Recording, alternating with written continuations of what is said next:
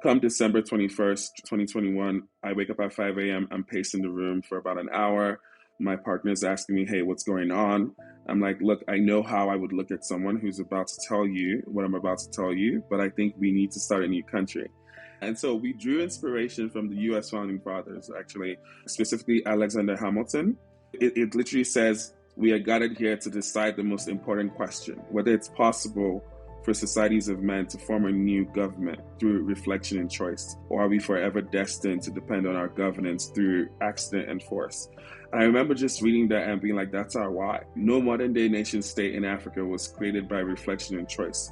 It has always been through accident and force. And so what would it look like if we could organize around shared values at scale powered by the internet, right? And so we set out to do that, and we laid out 4 phases of our master plan, right? Phase 1 is...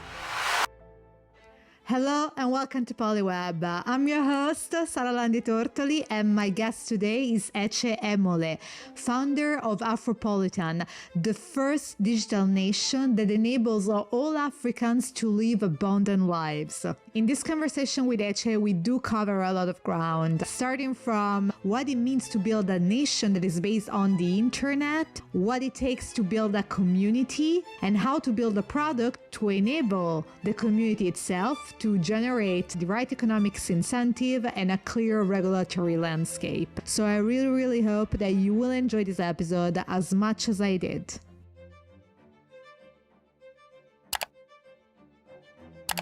Eche, welcome to Polyweb.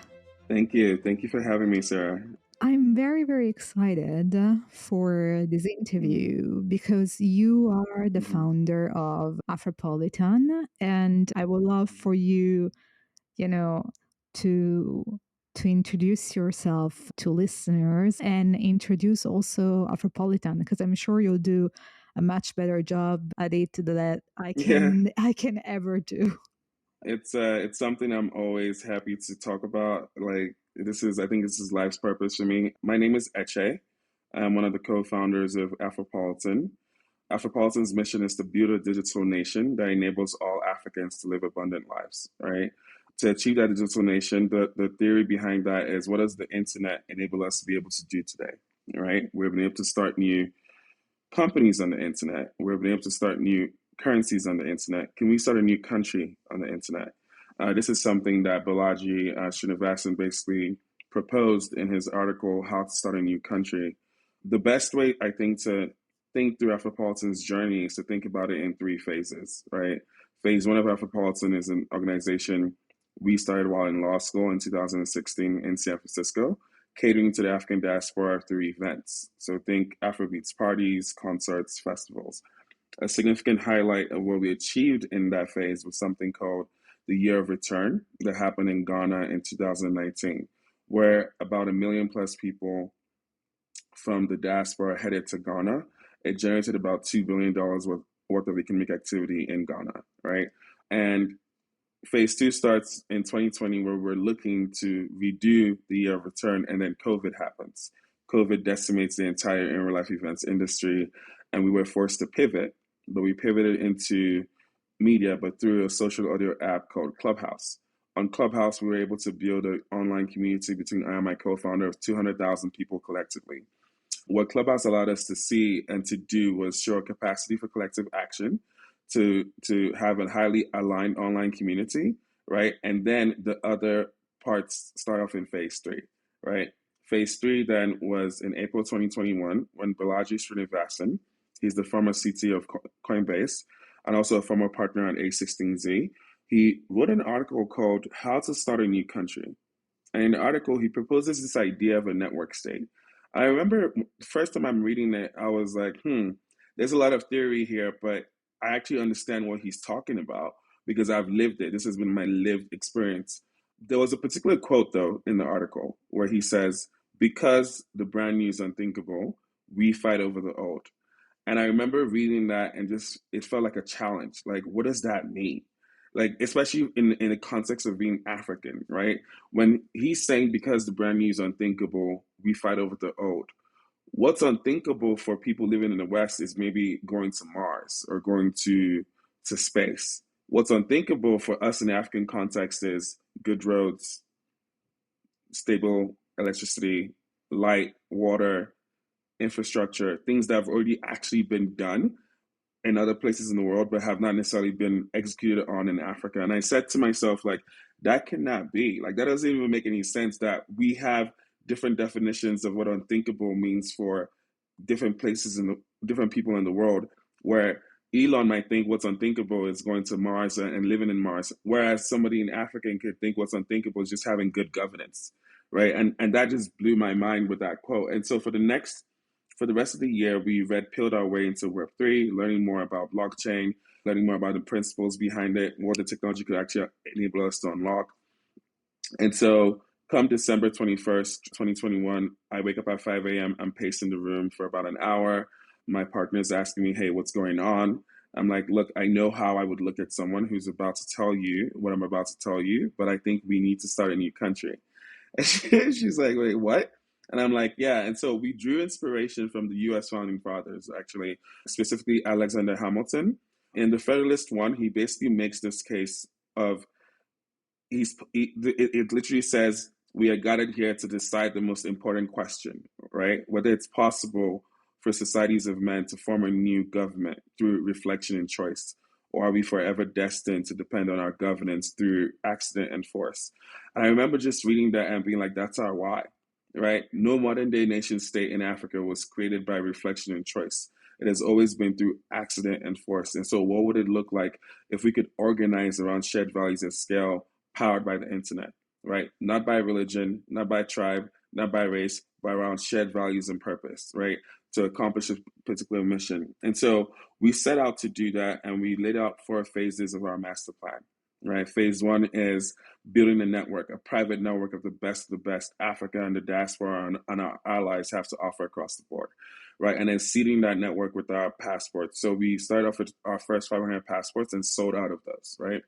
Phase 2 for us was society as a service, which is how do you build an app or a super app or a platform that powers this digital nation so that unlocks the digital economy within this nation, right? And we're happy to announce that we're launching that app soon. It's called Afropass. I'm really, really excited.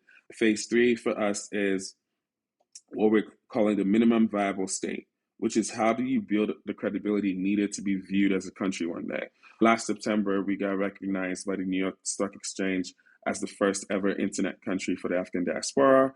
Today, we provide visa and arrival services for Afropolitans or anyone looking to go to 4 African countries today, whether it's Nigeria, Ghana, Kenya, and Tanzania. And then phase 4 is the foundation, the land piece, right? We want to innovate on that. We want to combine 2 concepts together. One is a Chinatown and the other one is an embassy. So take, for example, the US Embassy in Berlin, for example, is a sovereign territory in a host government. In Chinatowns, they have their own post office, their own banks, their own malls, their own infrastructure within those towns. We want to combine those 2 concepts together to give us an Afro town. So what does that look like, right? If you're an Afropolitan citizen, in summary, if you're an Afropolitan citizen, you're able to navigate the world with the Afropolitan passport. You're able to make payments for goods and services using the Afropolitan or Afropass, right? You're able to also gain physical entry into locations across the world, major cities across the world, into Afro towns located across the world, sovereign Afro towns at that. And so that is in a nutshell the vision of what we're pushing at Afropolitan. Okay. Eche, It's a mouthful, I know. this is enough to unpack to cover the entire podcast. And I feel like it's not even enough. We will need at least a part 2 of these. So I'm going to take some steps back and we're going to unpack what you said in those past 5 minutes, one by one. And I want to go back actually to the why you are doing this, What should I and listeners know about you that you felt so passionately about the idea of building a nation? So I think for me, I moved to the US when I was 15 with my parents. I won the life lottery, or like I'm privileged, right? And we moved at 15 to the San Francisco Bay Area, which is one of the most densest place of talent in the world, right? So I got to go to a private school. I think I was the only Black kid in the school. I came out and I was one of the first young African immigrants who broke into tech. and I also catered to those immigrants as well. So what did that look like? We would do the events, and you have Nigerians, Ghanaians, people from all nationalities in Africa just there.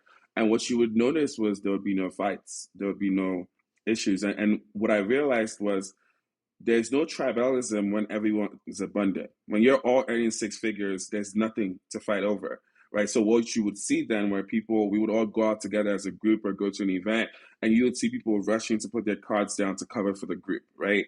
And I was saying to myself, do we ever really had issues, or where our issues stemmed from scarcity and survival? See, when you're in that mindset, you make different decisions. But when you're in an abundant set, this is how you live. And I think the Bay Area served as a sandbox for what this nation or digital nation would look like, right? Where people are organizing around shared values, not around tribe, not around religion, not around whatever isms that exist, right? But around like, look, we have the same values, we see the world the same way. How can we do work together, right? And I think that's something that, say what you may about Silicon Valley, but there's an abundance mindset and approach in that area that a lot of immigrants were also able to tap into. And what you then saw were people now playing that out in their everyday interactions. And I think when I then would travel back to Africa, specifically Nigeria, and I'm Nigerian, what I would see were the people who didn't get to get a visa to leave, right? And the circumstances that we've been forced to grow up in, right? And so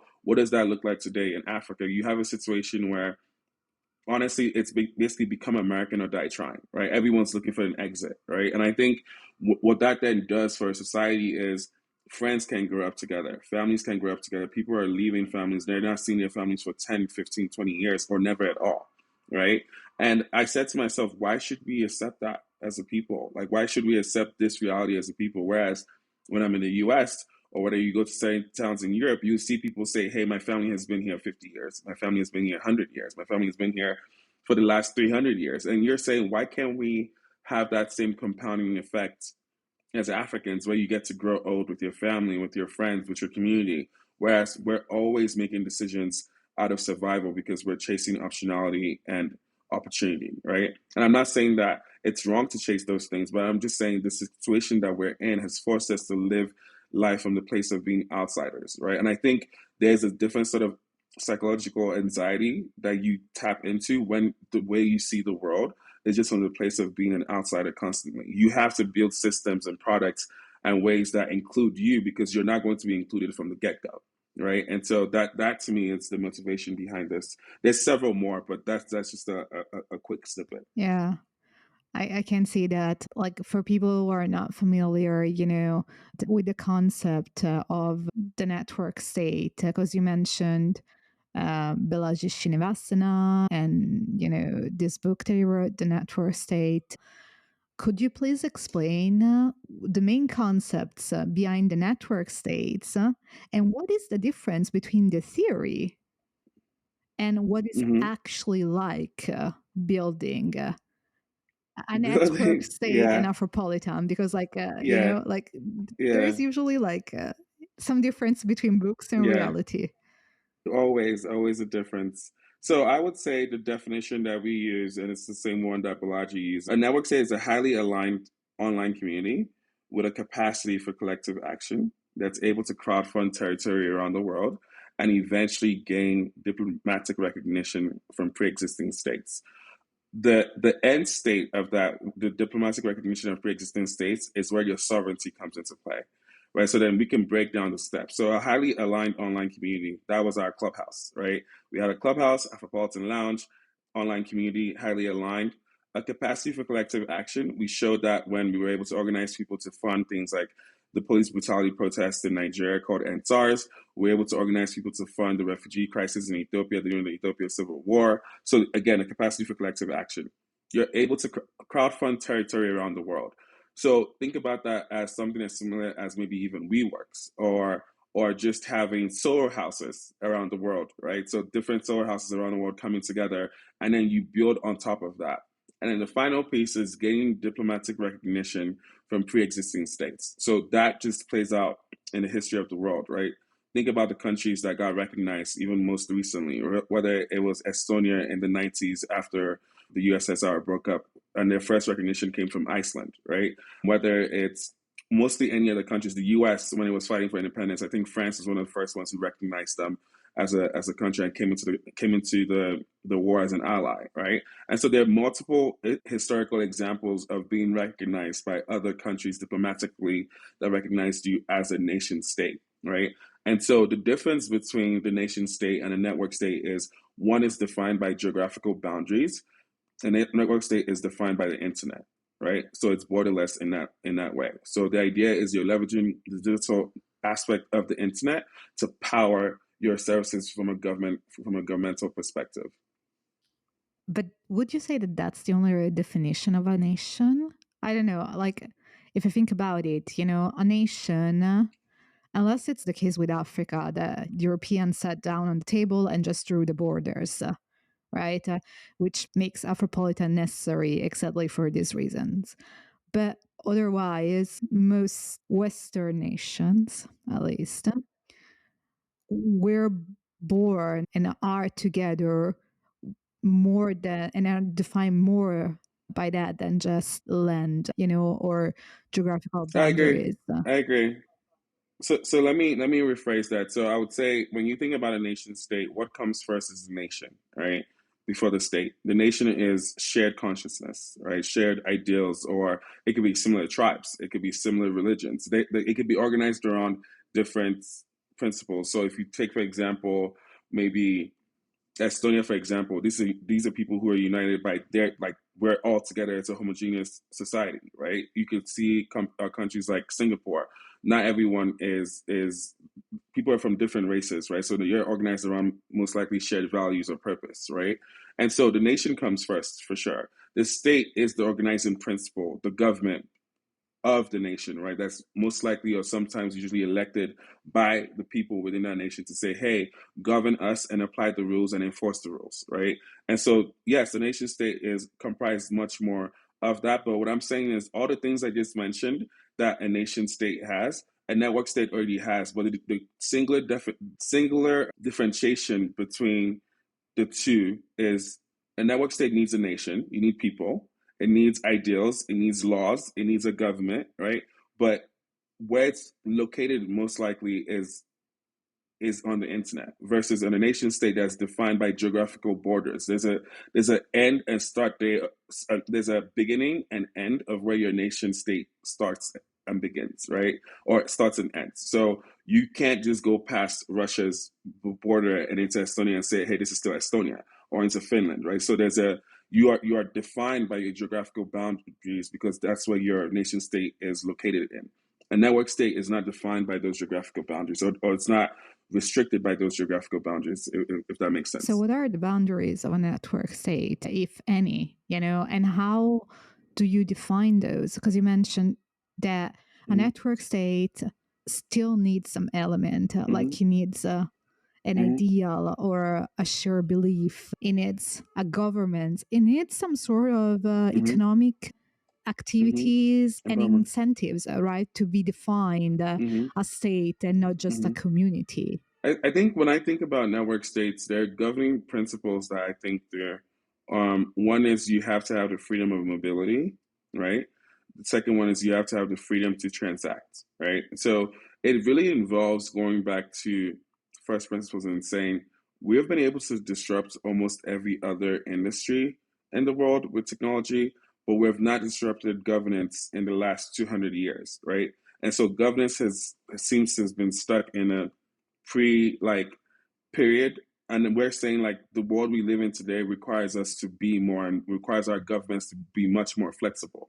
It can't just be what it was like 200 years ago and be stuck in place, right? And so for me, when I think about a network state and the boundaries around a network state, the biggest boundaries are just the internet, right? What are you actually able to do or not do? Are you able to actually secure your internet for people to actually leverage it for the services? If the internet is down, then how they might not be able to get to those services, right? If you're dealing with hostile governments like what happened or what's happening in Ukraine and Russia, where Russia's like, I can just knock down your country infrastructure and you don't have access to the internet, are you able to then get a Starlink in place to then leverage that? There are quite a few boundaries for network states, right?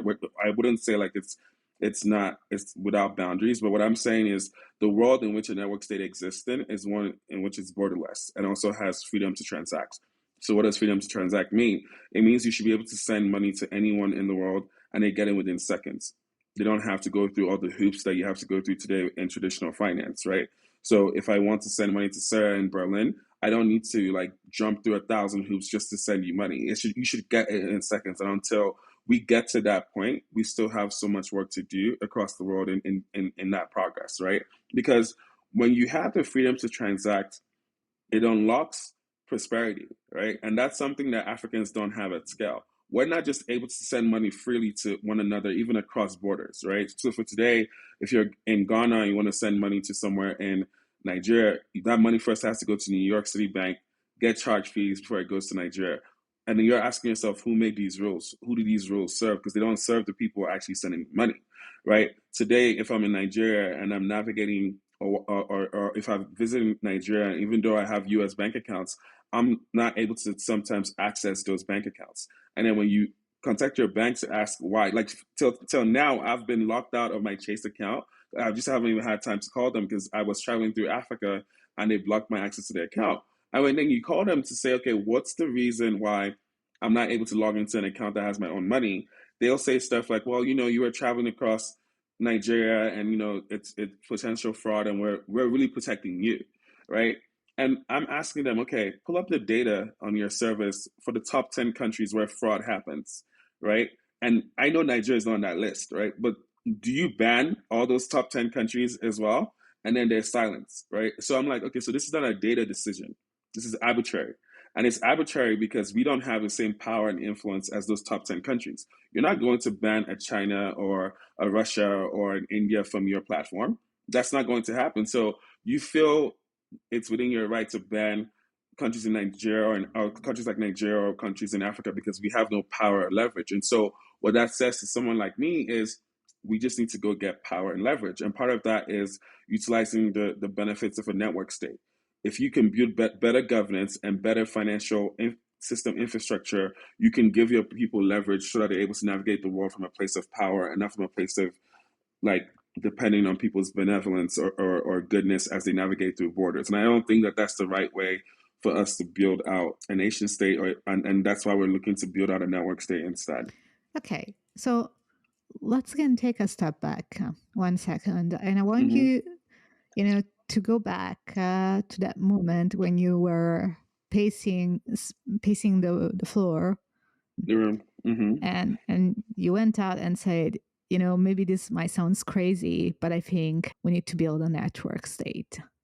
Yeah. What is from that moment onwards, that you say those words, what happened? What did you do in sequence that led you to start building Afropolitan? So I think the first thing was in pacing that hour, because I remember the thought, because I had trouble sleeping, right? And I could tell like there was something heavy on my mind and I didn't necessarily know what it was. So when I woke up, I'm pacing the room trying to like figure out what is my brain trying to tell me. It felt like one of those lucid dream moments. And when I was then pacing the room, I think I started reflecting on the issues, whether it was personal issues or larger micro issues or government issues that we faced as Africans. And then when the thought came to, it kept on coming back to what is the biggest platform you can build that is somewhat indestructible? And it's not going to be an app. It's not going to be a company. What is like the vessel you could use to get your people from like a Noah's Ark perspective to freedom? And it was like, it's a country, but this time it can't be a country that's limited by geographical boundaries. It has to be something that's borderless. And so once that thought hit me, I was like, wow, okay, that seems like a solution, but what does that entail? Right? Because when you go out into the world and you say, hey, we're going to go build a new country, you have to be ready to be mocked. You have to be ready to be humiliated. You have to be ready for people to laugh at you, right? And then also just personally, right? Like, what does that mean in terms of subjecting my family or friends to being the people who are associated with a guy who wants to build a country? Like, there's a lot to take into account when you decide to put yourself in that position to go do something that big or that audacious, right? And so I remember just part of me pacing the room was coming to peace with what the sacrifice would mean for each thing, right? And then making peace with it and saying, yeah, like come what may, this is the path, and I'm going with it. And so the first thing I started to do really was I started to reach out to people who would tell me that this was the crazy idea, like, because I wanted people to poke holes in it. And so first person I reached out to was, I think, Balaji, and he was like, "Great idea. I actually like would like to invest." I'm like, "Wait, I didn't even reach out to you from an investment perspective. I just reached out to really get your thoughts." But he puts it out there that he would like to invest. I then started reaching out to other folks within our tech ecosystem globally, and they were just like, "No, this actually makes sense." And so eventually, once we mapped out the pitch deck and the four phases, we were then able to raise funding from our community, right? And then Balaji also came in as an angel investor. But those were the steps, right? And then from there, you're like, okay, what is our first phase? We need to go develop the passports. What sort of passports are they going to be? Are they going to be digital or physical? You decide to go digital. Okay, we're going to utilize them in the sense of NFTs, and we're going to make them art NFTs. Why art versus any other type of form of passports that exist? And what we then said was, it's hard to know where you're going if you don't have a foundational understanding of where you're coming from. And most Africans are disconnected from our history, whether it's due to colonialism or whatever it's happened in our past. We're very disconnected from our history. And I think for us, we were like, when you think about Renaissance movements in the past, the first thing that people always reference is the art. What was the art that represented these people? When you think about Michelangelo, Leonardo da Vinci, like it's the art that's always signified the progress of a society or of a civilization. When you go to Egypt, the monuments are to the pyramids. It's always the art, right? And so for us, it was okay, we're going to start with art passports that signify where we're coming and the storyline behind that. Phase two then was to go build this product. And when I tell you, this was my first technical product that I've ever been in charge of building, I have learned so much. I have much more different perspective.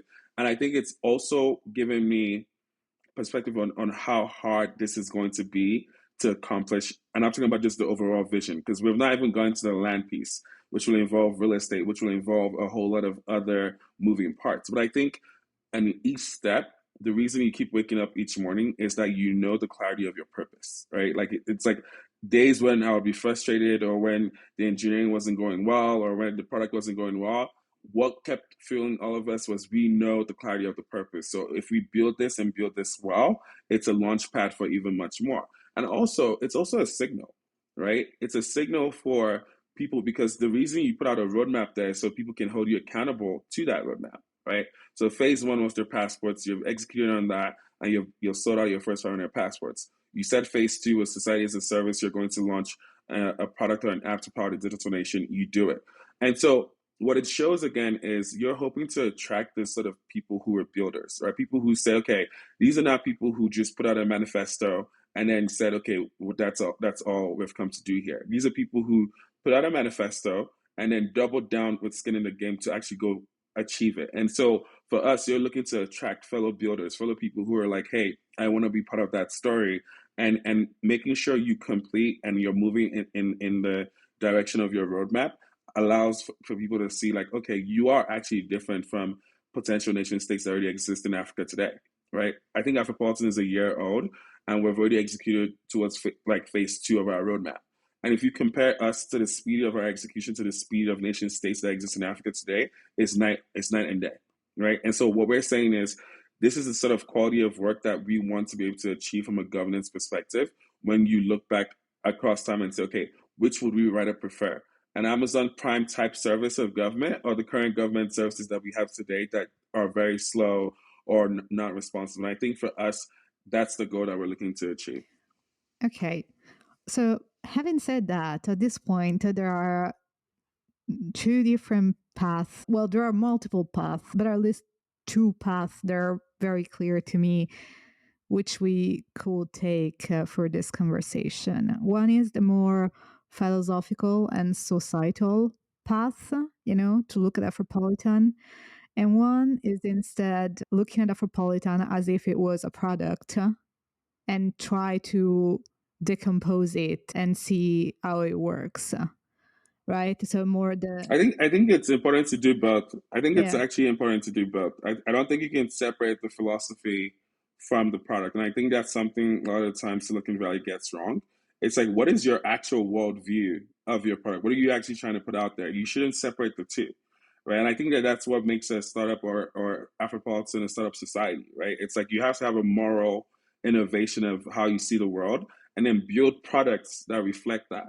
I don't think you should build products without actually having a moral or worldview as to what is your statement on the current status quo of the world, and what are you trying to change, right? And I think that I don't think you should separate the two. Okay. I think the two go hand in hand. Yeah. Okay.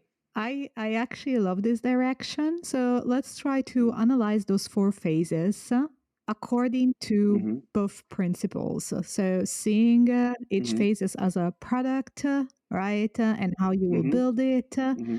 And then Yeah. also the idea, the deep philosophical thoughts that Mm-hmm. power that Mm-hmm. phase, right? But Mm-hmm. first of all, Yeah. you started actually with a mission, with a statement. How Mm-hmm. did you Mm-hmm. came up with that mission Mm-hmm. statement? Like, was it that night? But you you had a background at this already before Mm-hmm. arriving to Mm-hmm. Afropolitan and building it, right? You were Mm-hmm. already an Mm-hmm. activist, organizing people, rally people around a Mm-hmm. specific cause, Mm-hmm. right?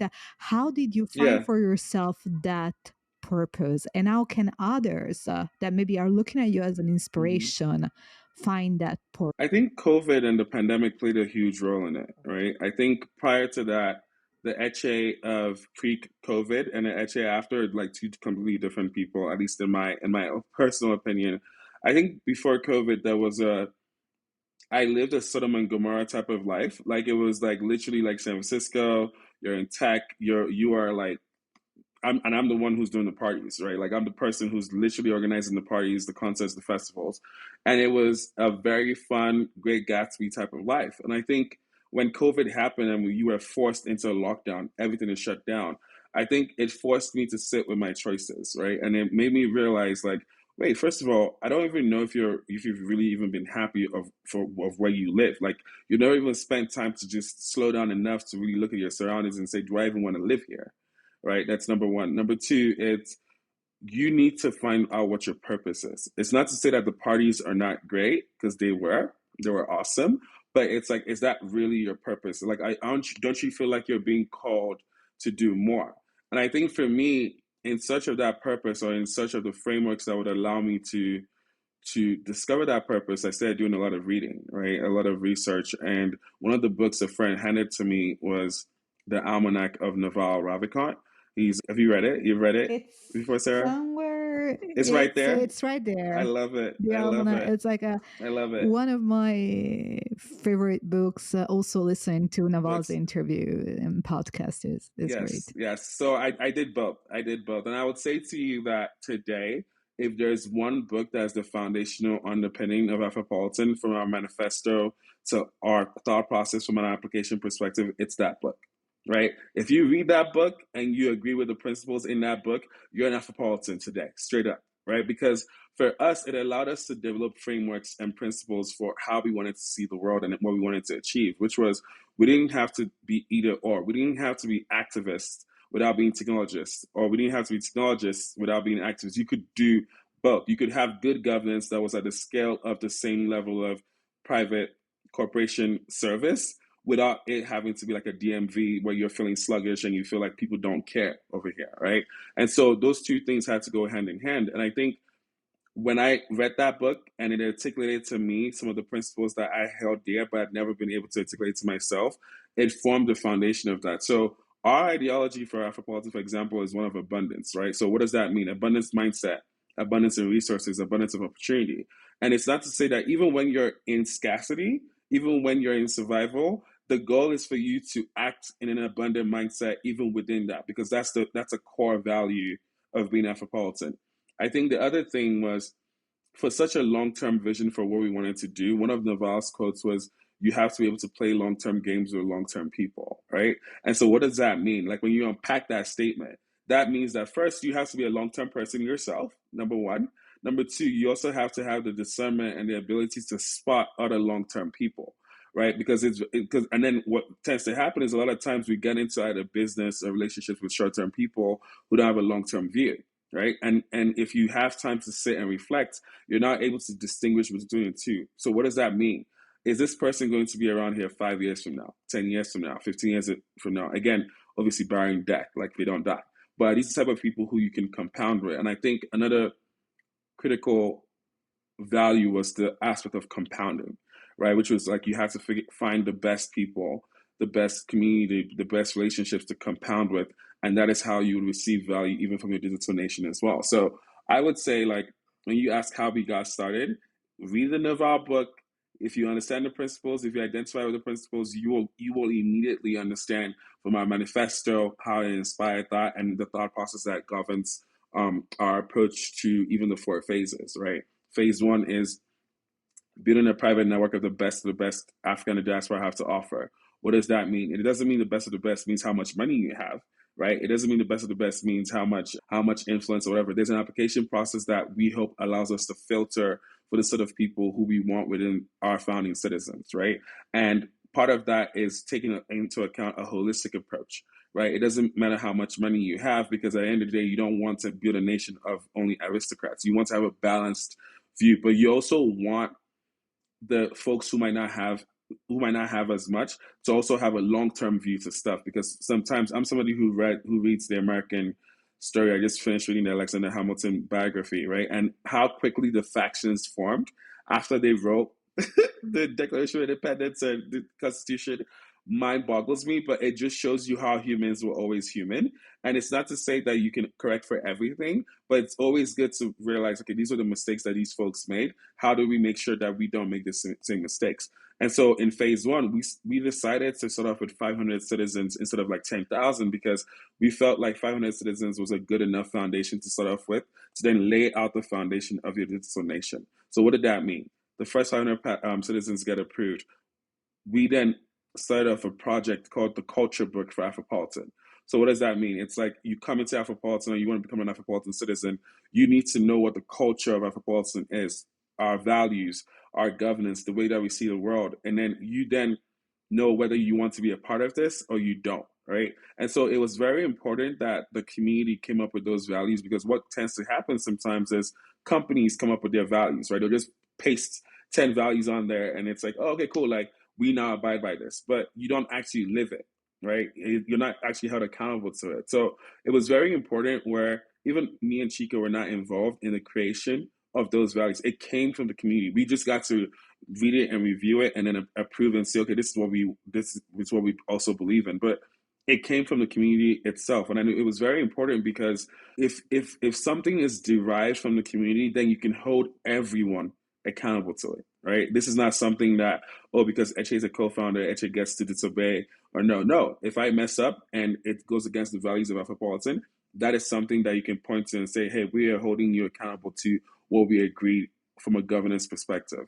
And so that's phase one. Phase two, again, the role Naval played in that was, when I was reading that, he said there are two ways, or there are four ways to build wealth in today's society, right? Capital, labor, code, and media, right? And he says capital and labor are permission leverage. Code and media are permissionless leverage. It's the permissionless leverage aspect of that that flows into the network state, right? Permissionless, borderless, right? Permissionless money, permissionless mobility, permissionless like ability to navigate the world, right? And it's the foundation of how we build and why we build, right? Because when we don't, we're rarely ever given permission as Africans, right? Like globally.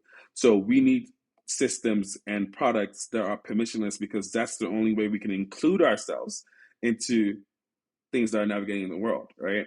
And so I don't want to go on a whole rant, but that book has played a huge role in how we're building out Afropolitan for sure. I want to double click on something that you said regarding the application process to Afropolitan. So you started with this mission and, inspired by Naval's book.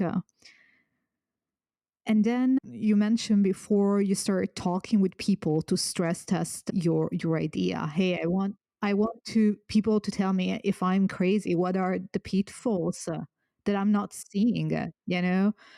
and people believed in you, you know, also like notable people. Like, what did you do then? So how did you start to spread the word about Afropolitan?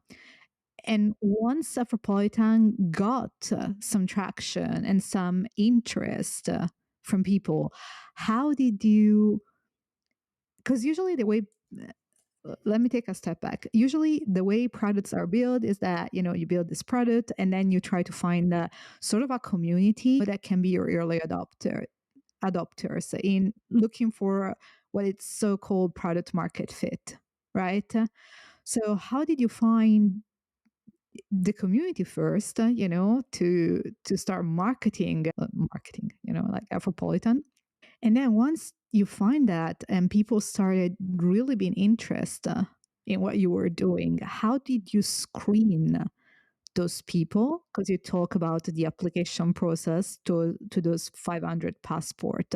So what were the criteria and the guiding principles that you used for coming up with this application process? What did it look like? So I would say, again, my background was like events, right? So I've been doing events since I was 18. So I would say like I've probably processed 300,000 tickets of events to my particular event. So, and that covers the entire African diaspora globally, right?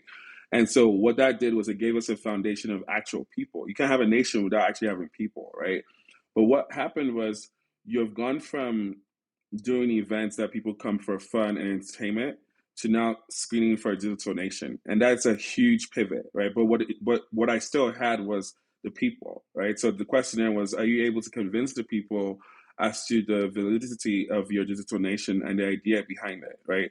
And so when I think about Afropolitan or even Afropass Afropolitan or the network state within that, it's about conjoining different perspective. So when you think about a highly aligned online community, you could just think about it as a soul house that's just online, right? And so that's a membership club, right? So that's a passport is membership card, same thing, right? So that's access. When you think about phase two, which is the super app, you're thinking maybe WeChat or even Apple as a platform, right? So people are already familiar with these concepts. It's just whether they're familiar with joining them together. Even when you go back to the foundation of the land, whether it's the Chinatown or the embassy, it's what people are already familiar with. So you're leveraging pre-existing user behavior. So Chinatown, almost everyone who's ever traveled has stumbled to Chinatown. Embassy, almost everyone who's ever traveled knows what an embassy is. So what you're doing with a network state is you're really finding a way to combine all these elements together into one purpose, which is obviously a hard thing to do. But when you break it down into these different pieces, you can see why people are like, okay, I understand the solar house aspect, but I might not be familiar with a WeChat from China.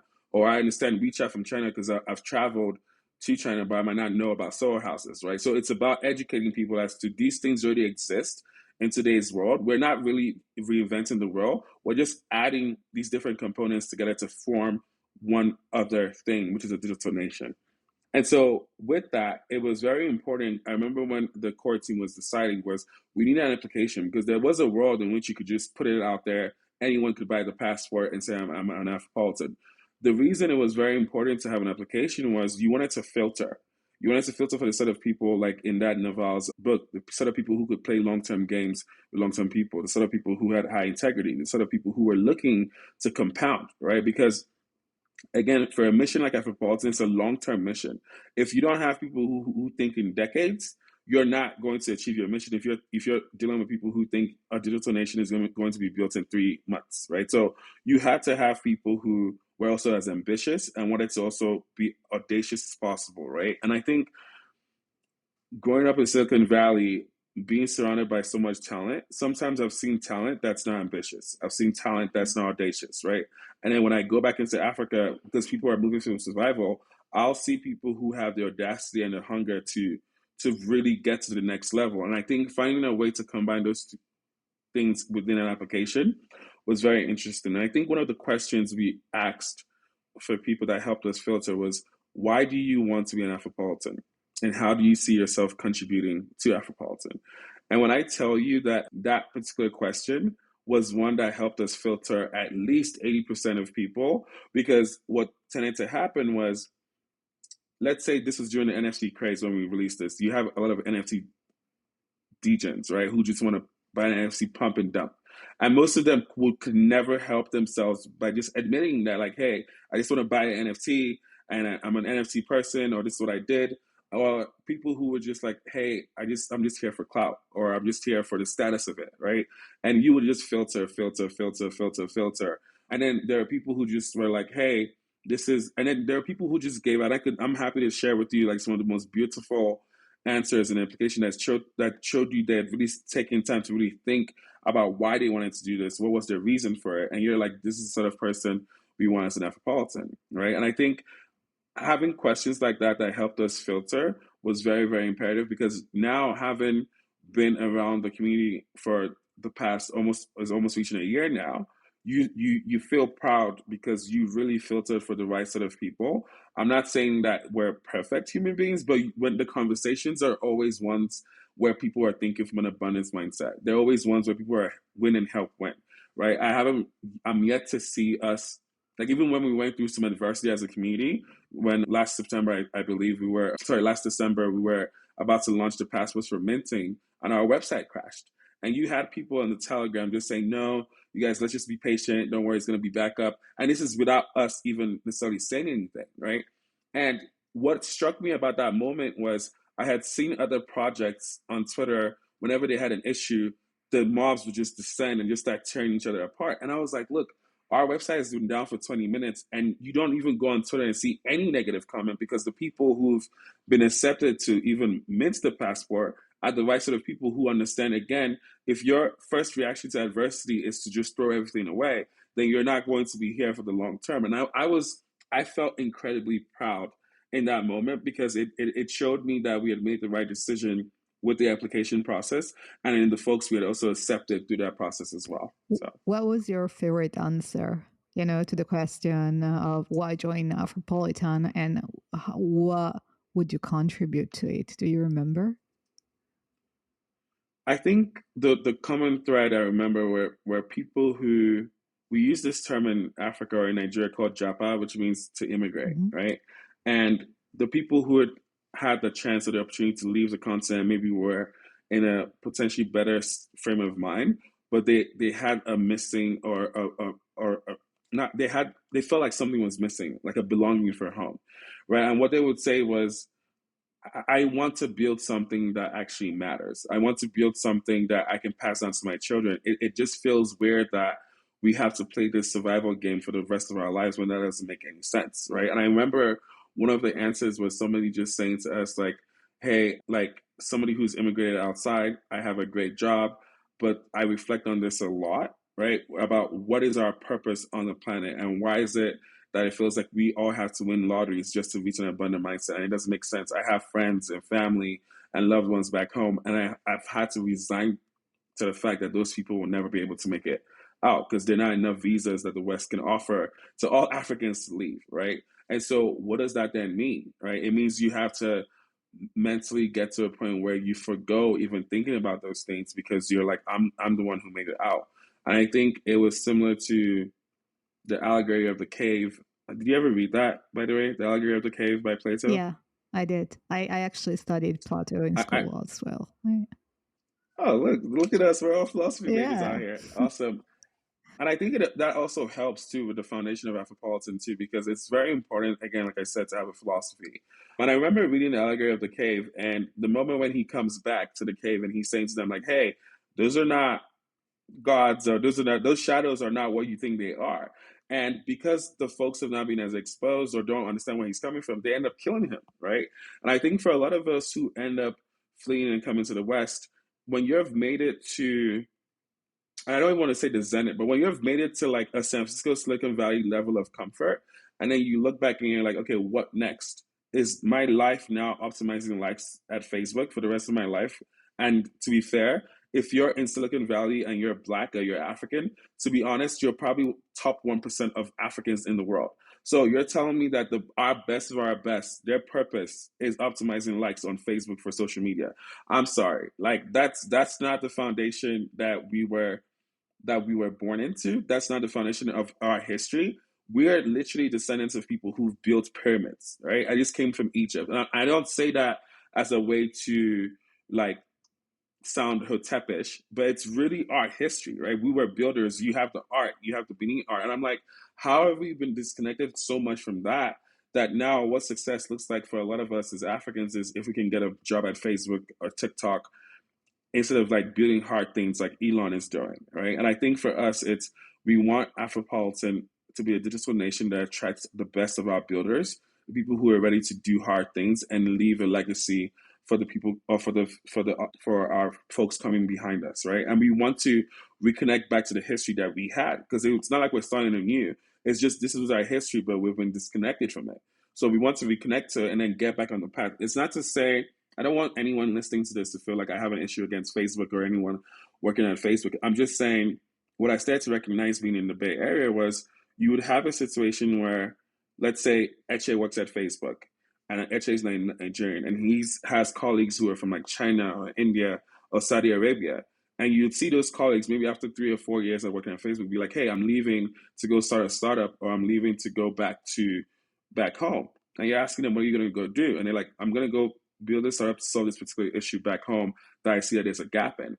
And then you would see the Nigerians just be stuck there because they're like, wait, can I even go back home to do it? And I'm like, after 8 years of earning a six-figure salary, it's time to play purpose games, right? Like you cannot be the top 1% of our people and you're optimizing for likes on Facebook for ads. Like, I'm sorry, like this is not what we came here to do. And I think I was reading an article where the Chinese also discovered this problem, which was like your best students are looking to work in consumer tech companies like TikTok or ByteDance. And you're like, wait, but we're also supposed to be solving for cancer. We're also supposed to be solving for some other hard issues in the world. And you have a situation now where the best and brightest are looking to go optimize ads on social media platforms. And I'm like, nah, that cannot be what we came here to do. We can have that, but there has to be a balance where we do hard things and also can also do soft things too. And I think that's the approach that we're looking to encourage with Afropolitan. Yeah, it's not easy, however,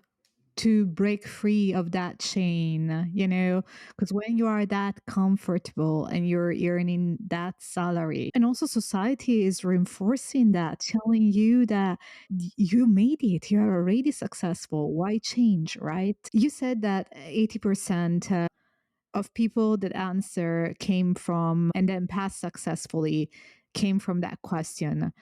How did you screen for the remaining 20%? So I think a lot of it is we would always ask people for their LinkedIn. We also ask people for how much time they were willing to dedicate to actually building the digital nation. And then we would ask people to refer people as well, right? And so there are a lot of like levels to screen. I will be the first to admit that I don't think it's the most perfect application, but for our purpose and for what we needed, I'm very happy with it. I would give it like a solid B plus, right? It's really hard for me to ever get to an A because I'm a Nigerian immigrant. My standards are always too high, but like yeah, like a solid B plus. So you're like, yeah, I'm happy about the sort of folks that we have within the community, and this is the people that we're going to meet, and they span 6 continents, right? And we're going to have Afropolitan meetups in different places in the world, and you're just happy with the quality of citizens you've been able to attract, and you love that, So, and I think also something else that we debated too, because I think going back to the whole Naval thing, right? It's there are people who are like, hey, I want to be a part of this, right? And I want to help contribute, and I want to help do this, and they might have the best intentions, right? But that you also have to strike a fine balance between making sure your standards don't fall, right? Because you're playing like you want to play A games and you want to attract A players, and most times A players might not really like to interact with B or C players. And then these are things that are very nuanced, right? So you appreciate A players when you buy an iPhone or you interact with Apple products or you interact with a well-run product and you feel like, okay, this was done beautifully. But most people tend to think very like equitably, like everything is equal, which it should be in certain aspects. But when it comes to certain things where you wouldn't want somebody who was a D plus player to build a bridge for your nation, like your physical bridge, right? Because if that bridge collapses, you're looking around like, hey, what happened here, right? I think the other guiding principle that we really enforced was one called skin in the game, right? Which is like, look, you propose something, you're the first one to do it. You develop a vaccine, you're the first one to take it. Like, and then that way you make sure that people understand that that principle is core to everything. Whereas you don't get to propose or do or suggest things without you being the first person to actually go through it. So that we know that you're actually dedicated to the cause, right? Or dedicated to what it is that you're proposing. And I think when I combine those principles along with Naval's, I think you have a solid foundation for what a digital nation can look like. Okay. So, out of curiosity, sorry, how many people were working with you on these at that point? So I think when it came time for our passport launch, we had a team of so we had artists, we had four. So I think internally we had a core team of 10, and then informally we had another advisory of community members of another 10 people. So I think 20 people in total would be. And that was before raising any money. Like the money came from the community, or did you raise some VC capital by then? No, so we raised VC capital first, and Okay. then the money from the digital sales came from the community. But the VC capital, and when I say VC, we raised investor capital, and that investor capital was also from community members as well. So I think about 70% of the people on our cap tables are literal community members themselves. So yeah. Okay. So at this point, the passport are bought in the form of NFTs. And listeners can find the episode where I talk extensively with other guests about NFTs. If they want to have more background of how this work, we'll link them somewhere, here on YouTube. So the passport are bought. What is next, in the roadmap? What happens at that point? Because a nation needs one of the things that a nation needs is a constitution, which is maybe this is where maybe product and building a product and building a nation might differ. Like you need a strategy, but you don't necessarily need a constitution, when you build a product. So what happens and how did you approach this? So it's funny because we actually have the draft of our constitution, right? We actually have the first draft, but I think, like you said, it's the balancing act between the technology and the community, right? I think when you read the network state book from Balaji, he says it's a community first and technology second. And I think that was always our approach anyway. I think when we first started, some people were like, yo, you guys raised um, money, where's the product, right? And you're like, no, it's a community first approach and then the product second, because it needs to flow into the values of what the community actually needs. And so for us, it was also important that before you even get to a constitution, you also had a culture book. Like, what does it even feel like to be here as an Afropolitan? What are our values, right? Because before you start having a constitutional mandate, it's like, what are our actual values? And I think when you study like the Afro American history, because it's one of my favorite things to study, they never necessarily had a culture book, right? Because if you had a culture book, the first thing you would recognize was the cognitive dissonance between all men are created equal, right? And we hold these truths to be self-evident, and then you 3/5 of for Black people, right? It's like those are like cognitive dissonance words, and I'm saying like if you had agreed on a culture book of your values before you even started a constitutional mandate, that's a launching pad. But I think obviously they had a lot of other things on their plate, and they didn't feel like that was necessary at the time. But for us, it was very important for us to actually have a culture book first, and then the next phase for us is probably thinking through what ratifying that constitution actually looks like, right? Because then you're thinking governance at scale. And so we set out of the passports, and then coming into this year, I think one of the things we then were reflecting on from a technology perspective was, man, the UI UX for crypto really sucks. Like, let's be honest. Let's actually have an honest conversation. Because 70% of the people who bought our passports this was their first digital asset, right? Like, so they didn't even really care about NFTs or crypto. It was more about, hey, this mission, I identify with this mission, and you're set the way for me to be a member is through an NFT. Sure, we'll go ahead and do it. And so, but what that also let me know is when I use Apple Pay, right? Apple doesn't require me to know anything about what's going on in the back end. I just tap my phone, it says it's been paid, I keep on going. When you use crypto, though, it requires you to know almost everything: gas fees, the technology in front, the blockchain, this, the block, and you're like, wait, why can't we build better products that have a better UI and UX? And I think that informed our product decision making when it came to Afropass, which was we're going to leverage pre-existing behavior of our community, and then onboard them into a platform that gives them the tools that will actually have an impact in their lives, right? So what does that mean? It meant putting blockchain and crypto in the back, not the wiring in front, in the back. So when you come on Afropass, you're able to utilize certain services, but you might not even know a lot of those services are powered by blockchain in the back.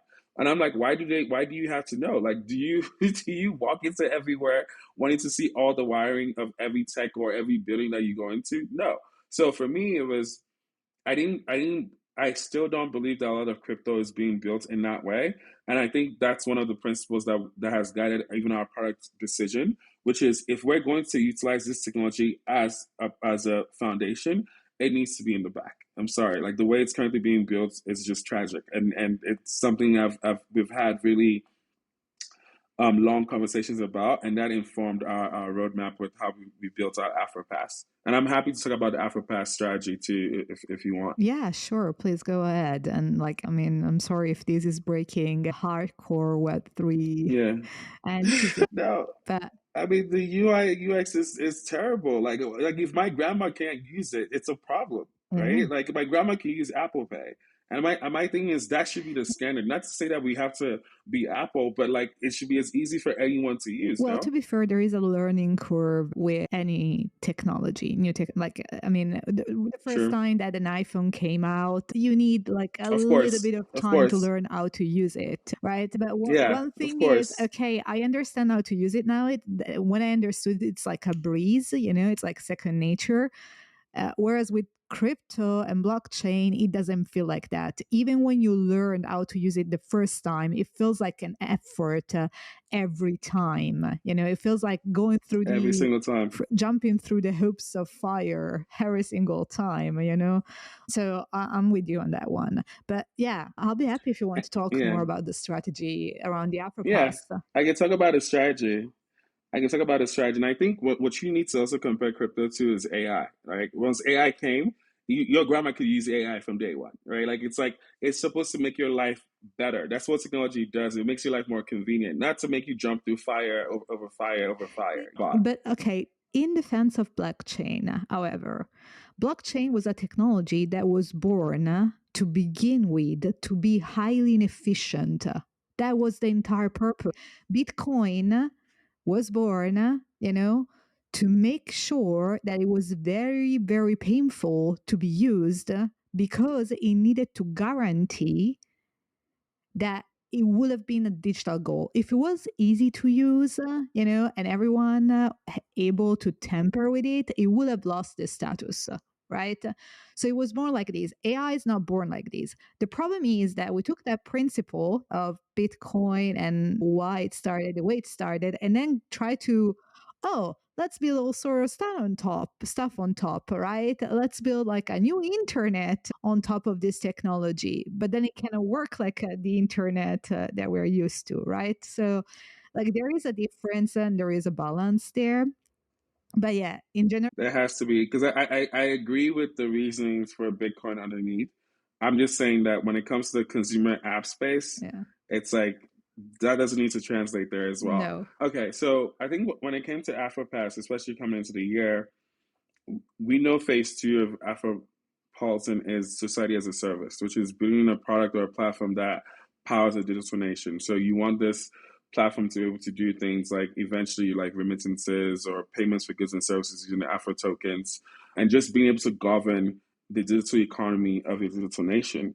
But the thing is, you don't start off building a super app from day one. I think one of the folks who we worked with in building this was formerly worked at WeChat.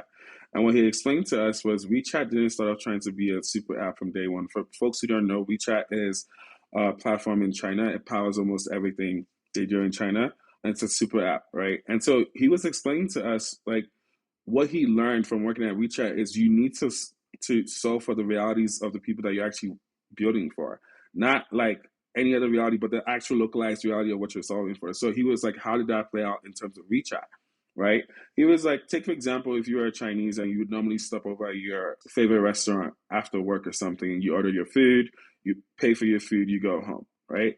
When WeChat launched, you can most likely now message the merchant and say, hey, I'm on my way. Can you have the food ready? When I get there, I pay you and I go. Well, the evolution of the product is, hey, I've paid you, or I can pay the restaurant through the app, go to the restaurant, pick up my food, and be on my way. But the further evolution of the product is now I can actually have that food delivered to me after I've paid, and then from there you slowly and gradually start to see the emphasis of a super app take shape, right? And it's not to say that it worked exactly like this, but what I'm saying is you leverage pre-existing user behavior of people, and then you onboarded them into a platform that solved their everyday realities, right?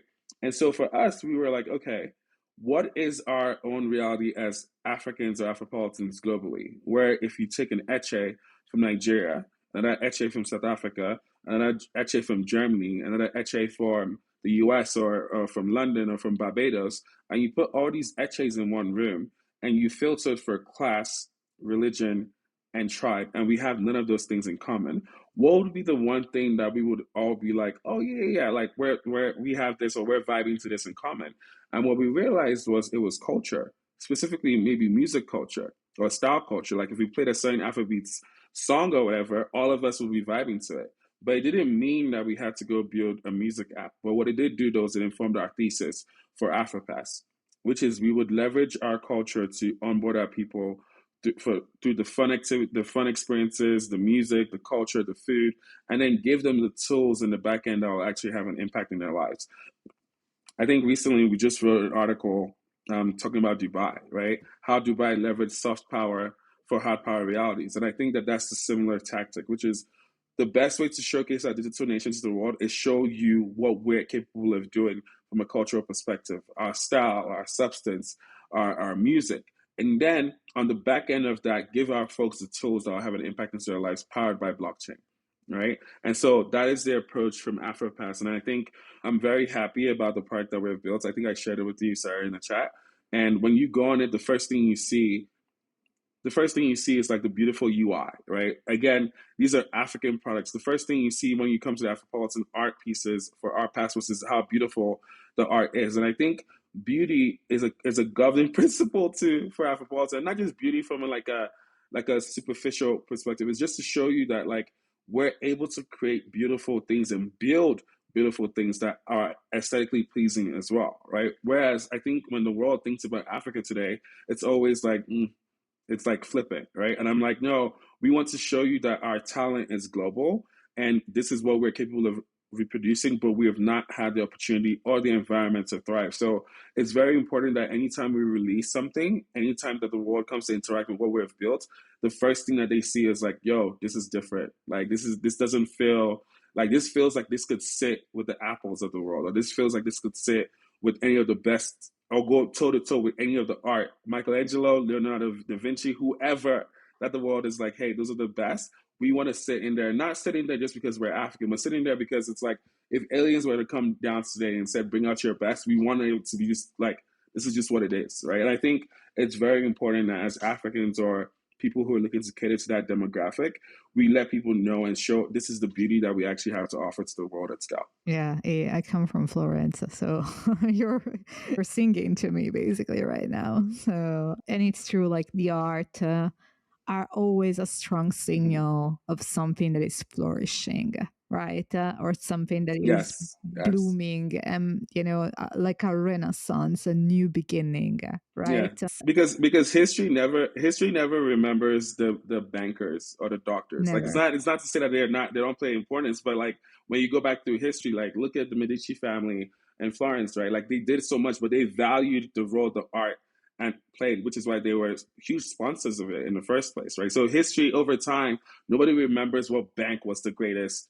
like from 2,000 years ago, but people remember the quality of the art, and that's the stuff that gets passed down through generations, you know? So yeah. Because my theory is that actually as humans, we are meant, like our spirit longs for Yes. the arts. Absolutely. Yeah, for Yes. creativity, Yes.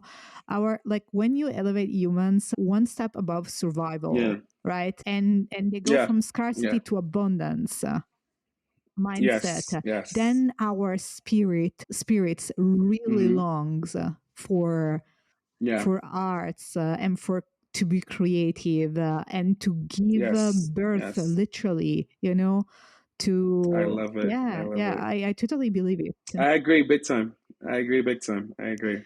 Let's go back to this concept, which I absolutely love, of Mhm. society as a service, which, for people that build products, sounds especially familiar to the concept of software as a service or SaaS, right?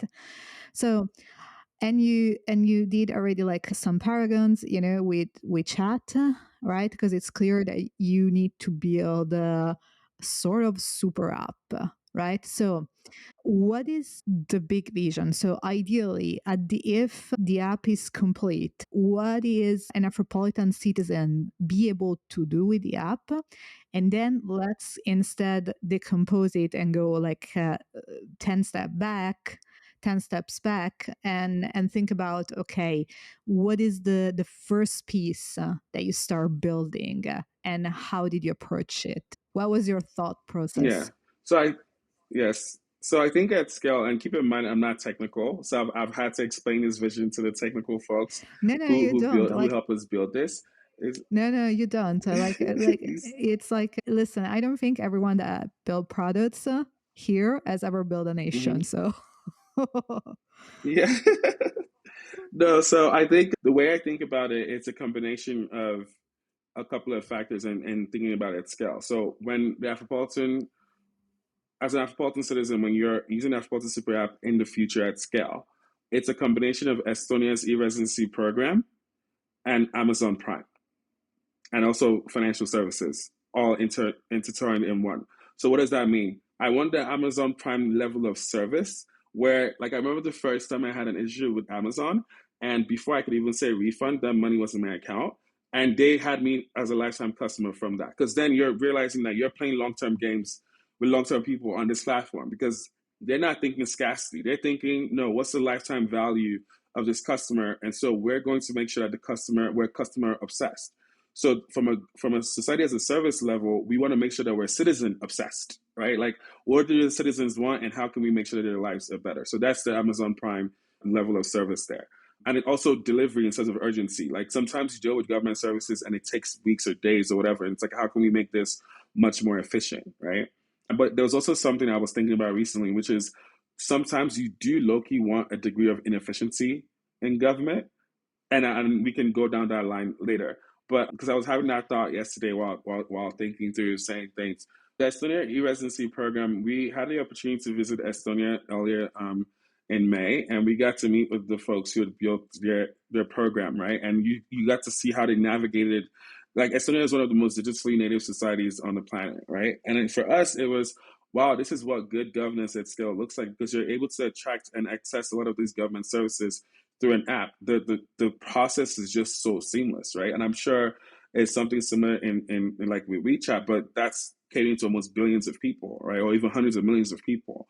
And so when I think about it, it's how do you make government a little bit more efficient, a little bit more citizen obsessed, and in a way that improves the lives of your citizens at scale. So even if you're a citizen and you're navigating outside, how are you jumping through hoops because your government has gone ahead to make sure that things are well for you? So I'll give you an example. When I went to Dubai or Abu Dhabi, the US Customs office is in Abu Dhabi. So do you know how much leverage and power you have to have for the US as a government to put their customs office 15 hours away from a flight across the world? Mm-hmm. And that to me shows a government that is forward thinking, that says, you know what, we don't even want our citizens going through the US customs stress in America. Let them go through it here, and then by the time they land in America, it's a domestic flight. They're on their way.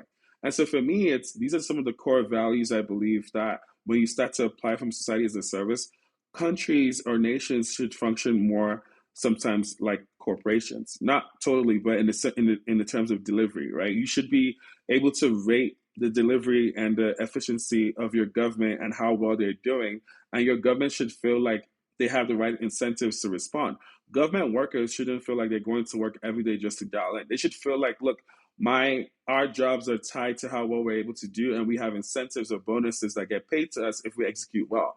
Whereas today, if you're a Nigerian citizen, it is the worst type of passport and government you could actually like navigate with. We have struggles across everything, right? And then when you go around, you see what other citizens from much more developed countries are enjoying, and you're like, why can't we have that? Like, what are they doing differently that we can't do? And I think for us, it's those are the when I think about society as a service, that's the framework that I'm thinking as we build. So when we started off with Afropass, obviously we're leveraging the cultural aspect of it. So what did that mean? It meant being able to like showcase your culture, whether it's through events that we already had mastery at doing, and also being able to showcase the culinary. So you're thinking about culture, not just in music, but food, fashion, but also enabling the commerce that surrounds that. Today, African culture is like Africans, or even honestly, like Black people in general, we're great at creating value. No one disputes that, but we're poor at capturing it. And the reason we're poor at capturing it is we don't have the tools of distribution or tools of capture. It's something the West is so great at doing, right? Which is like we create value, we know how to capture it. Or what does that mean? It's like we find gold, we know how to get shovels to dig that gold out, right? But for a lot of times, is in an African context, is the value gets created, but it gets exported outside of Africa for the value to get captured, right? So whether it's our oil, we have the crude oil, it gets refined outside. Whether it's our cocoa, we have the cocoa, it gets refined in Belgium or in other sites. So for us, it's like, how do we actually build the tools of capture and distribution, right? And I think with Afropass, that's what we're starting off with, which is, hey, you're a vendor. We actually just had our first vendor merchant transaction like before we got on the call, and I was so happy for it because there was an actual pain point where, hey, I want to pay you. I'm in America, you're in Ghana, and I don't know what tools to use. Oh, you could use Afropass for it. And it was literally in the email transaction and in the email thread, and then they got paid, and it was seamless to go through that. And for me, it's if you're able to build that at scale, the level of prosperity and economic opportunity you can unlock globally for Africans globally is insane, especially if you're also building it with blockchain as a factor, especially from a monetary perspective, because then it allows you to bypass a lot of the roadblocks that have been put in our front, where it's like, oh, you can't do that, or you're not able to do that, or you're not able to do this, or maybe the color of your skin prevents you from not getting this particular job. With blockchain, one of the reasons I love blockchain for all the blockchain enthusiasts out there is it is the first time where you get to be judged on merit. You don't need to know my skin color. You don't even need to know my name. You just need to know if if my whatever meets setting criteria, and then that's what I get judged by, right? And I think that's I would rather submit to the rule of code than to the rule of man, if that makes sense, right? Because it's like when you think about money and you think about in God we trust, it really is more of in man we trust. But in code we trust, for me, it's much more better because code, in my opinion, is math and it's much more equitable, right? So what does that mean? When Bitcoin prices go down today, it goes down for anyone who holds Bitcoin across the world, anywhere in the world. When Bitcoin prices goes up, it goes down or goes up for everyone who holds Bitcoin. It doesn't matter whether you're Black, white, Asian, whoever, if you're Muslim or Christian. That's the same sort of laws we want to abide by from a network state perspective, right? Which is today in Nigeria, our currency can be going the other way due to bad government choices. But then you could be a Nigerian living somewhere else, and maybe you're able to earn in dollar or whatever, and you're not necessarily experiencing the same things. And some of those choices that affect the reason your currency is going down is because of policies set by other places in the world that have nothing to even do with your country as well. So I feel like I'm going on a rant, but those are the frameworks that helped establish what we started off with. Okay, so this is like covering the philosophical aspect, if you want, and your thought process. But then, if you hold like a pass and you're building a nation, you need to be able to do something, right? With this pass, you need to be able to. I don't know. I can imagine generating some sort of economic return because a nation needs like an economy, and to produce some sort of GDP, right? It also needs laws and a clear picture and rules in which to operate. So, how do you think do you think about providing those concretely, in a society as a service format? Like society as a service already makes me think that there is like a sort of pricing model or tiers associated to it, right? Yeah, and I think we're developing what those tiers are, but the way we see it is like your citizenship could be a subscription, right? Like similar to how you subscribe to Amazon Prime every year, that's how you generate revenue from a network state perspective, right? Again, membership in the network state. When I think about laws, right, can our laws be in the form of smart contracts, right? So they're enforceable in the code in of itself, right? So what does that mean? You violate or you're going to a grocery store or whatever, if you're utilizing some blockchain in the back end, you're actually able to make either payments or receive payments through that as well, right? And if everything is already embedded in a smart contract, I'll give you an example. When we did our NFTs and we sold out of our NFTs, right? Before we launched in the smart contract, we said, okay, 10% goes to the artist, Mm-hmm. right? This other percentage goes to the smart contract developer, this. And then what happened was as soon as the it got sold out, because you had their wallets in the smart contract, they just got dispersed. What that showed me in real time was the beauty of the tech, right? Which was in today's society, you might have had to go talk to HR or accounting or do this or do that, or sometimes there are disputes arising from people just not getting paid what has been agreed on, right?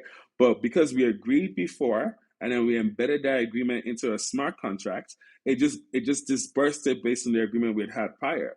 Not okay, agree first, and then we still have a debate after because the person who controls the purse strings still gets to decide whether they're going to respect this rule of law or not, right? And so for me, it's when I think about the framework of governance from that, I'm saying how do we create a society where the laws are embedded in the smart contract itself? So even when it comes to budgetary concerns, before money gets dispersed for a particular project or for a particular, like let's say you want to build a road or a bridge, that should be tied to certain milestones, right? And those milestones should be tied to things like maybe proof of stake or proof of work, right? Before this gets dispersed, can a majority of people go to the bridge and say, hey, this is actually being 50% completed.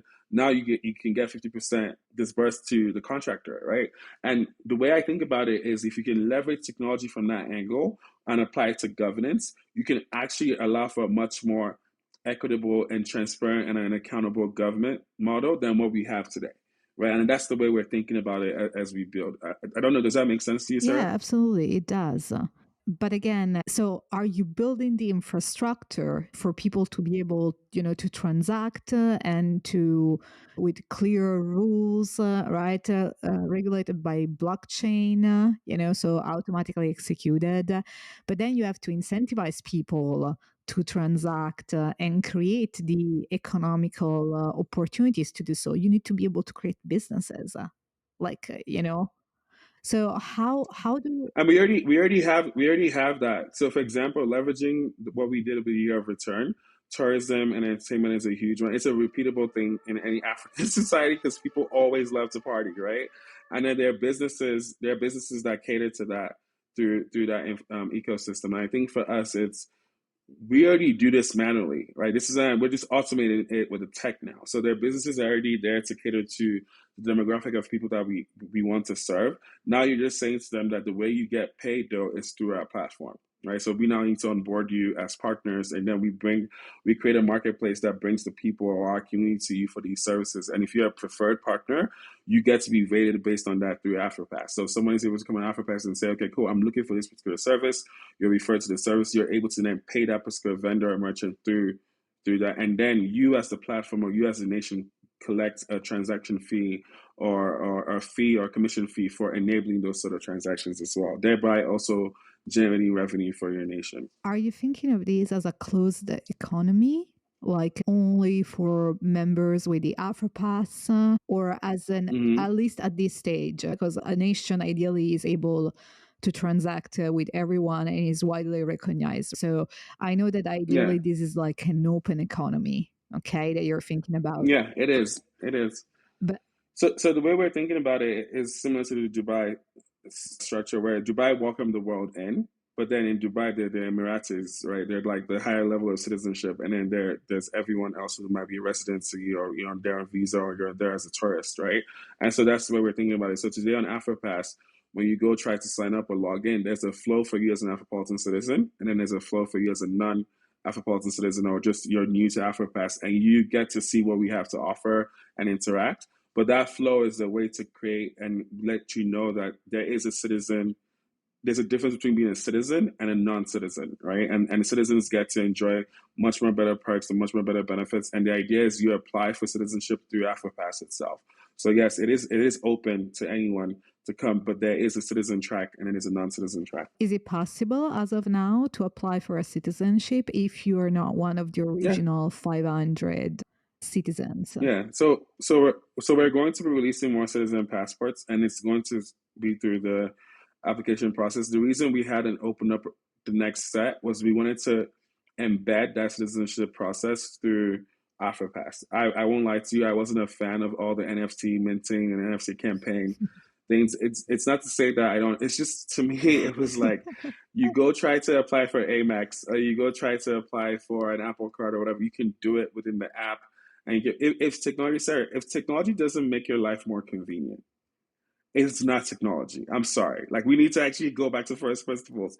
If I still have to do what the cavemen were doing, then it's like we're just retrogressing backwards. And so for us, it was how do we make it in such a way where, and obviously you're always iterating on products, right? So that never stops. But what I would love for us in crypto to acknowledge is there is a standard that we need to say to ourselves, which is until we are as seamless and as like easy to use as what we have some products in Web to allow us to do, we need to keep striving. Like we have not arrived, right? And I think for sometimes I get the sense that some folks feel like we've arrived, and I'm like, no, there's still so much more work to do to get this to the level of UI and UX that's great. I don't want to go in that rant, but the reason why we hadn't launched the other passports was because we now wanted to do it within the ecosystem of Afropass. So you go on Afropass, you're able to apply for a citizenship, and then you're able to pay for the citizenship fee through Afropass itself, all in one seamless transaction, right? And I think for us, that made much more sense from a scalability perspective. Yeah. Whereas I think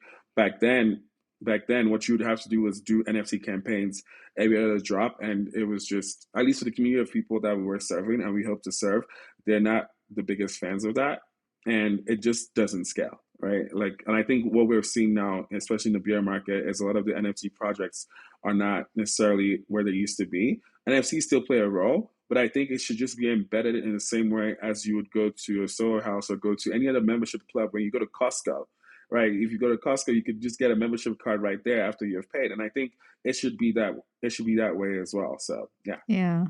I think, was it Starbucks that has executed this pretty Starbucks, well, I yes. think, right? Yeah. With Polygon. Yeah. Yeah. So that I thought was like an interesting experiment. Okay. I Yeah. want to move quickly to phase 3, which, if I'm not Mm-hmm. mistaken, it's the phase that's coming after this one. So just to be clear, right now you Yeah. just released phase 2, and you, of course, this is going to Yeah. be like an ongoing process and ongoing effort, because literally Mm-hmm. you're building like the infrastructure that Mm-hmm. powers all of this, Mm-hmm. right? But phase 3, if I'm not mistaken, is the minimum viable state. States. Correct? Yeah. Minimum viable state. Yeah. Okay. Can you please define what's a minimum viable state, and how do you think Yeah. to build one? So I love that question so much because I always feel like the phase three is actually it starts in phase one, phase two, and phase four. So you'll never stop with phase three. Phase three is ongoing the entire time. So minimum viable state is how do you build the credibility needed to be viewed as a country one day, right? And so the pathway to building that credibility is a long road, right? So first it starts from your manifesto. Then it starts from, do you actually have citizens? Do you actually have interests? Do you actually have allies, right?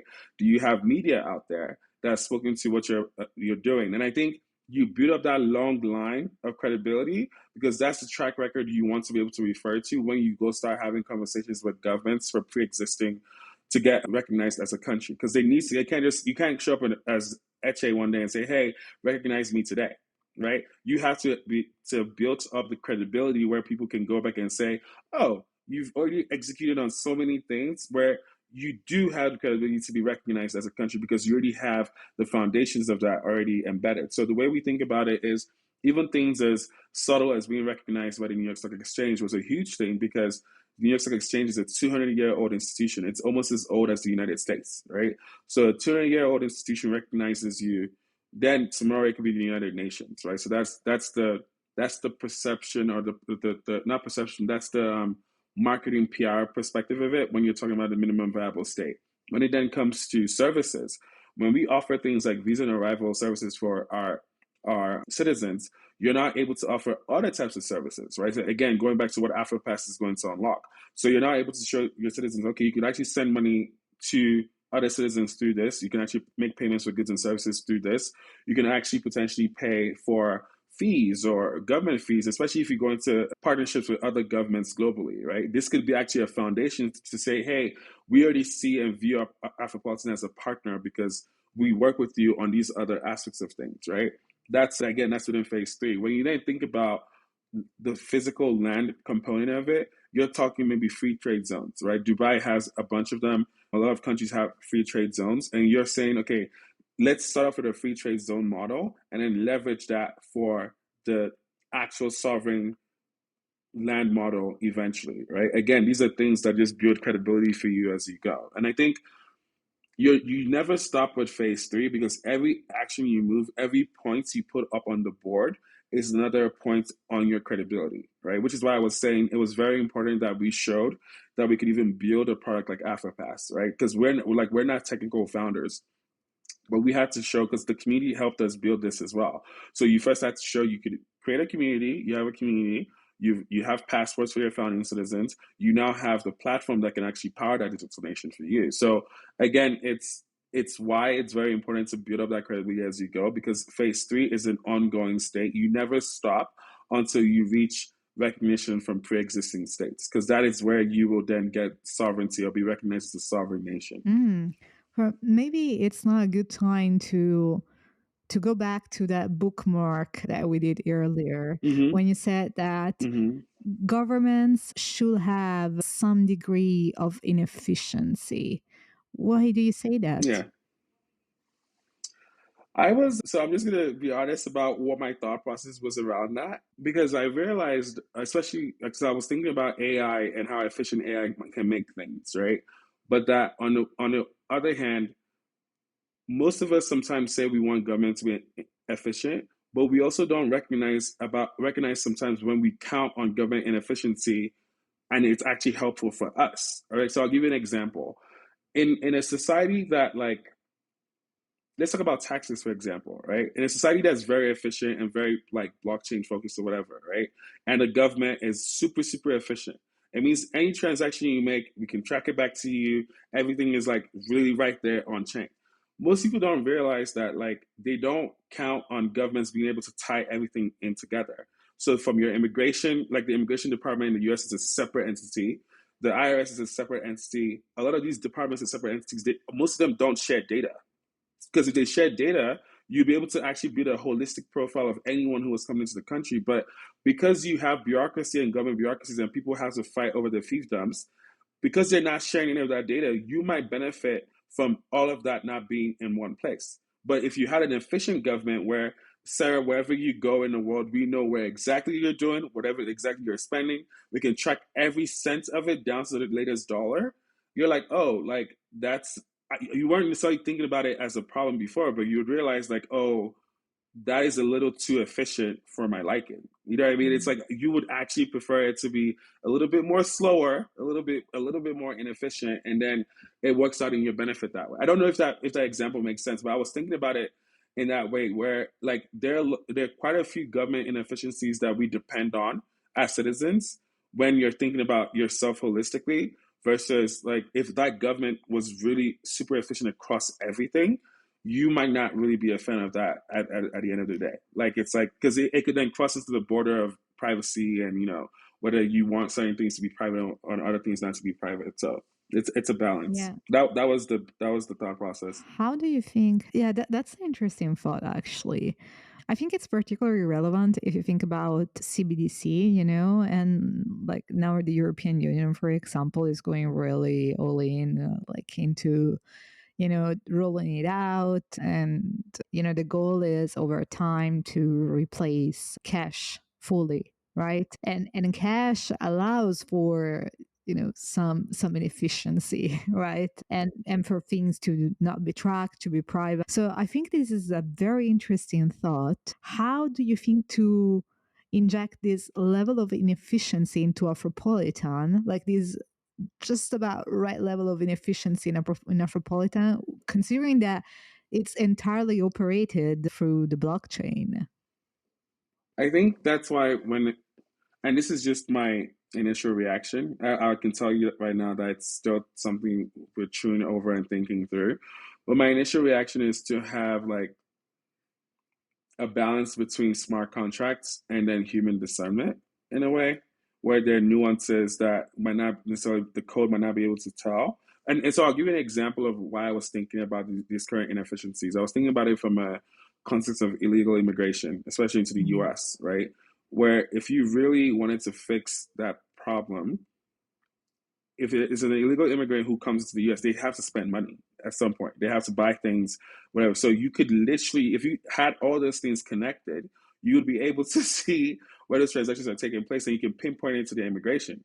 But the way the US immigration system is set up today, the USCIS does not touch the IRS. So I don't know if you know this, but you could be an illegal immigrant in the US and still pay taxes, and the IRS doesn't care if you're illegal. They're like, look, as long as we get our money, that's all good. And so you're saying to yourself, why are all these government departments talking to each other? And the reason most likely is, first of all, most of them have like their own turfs.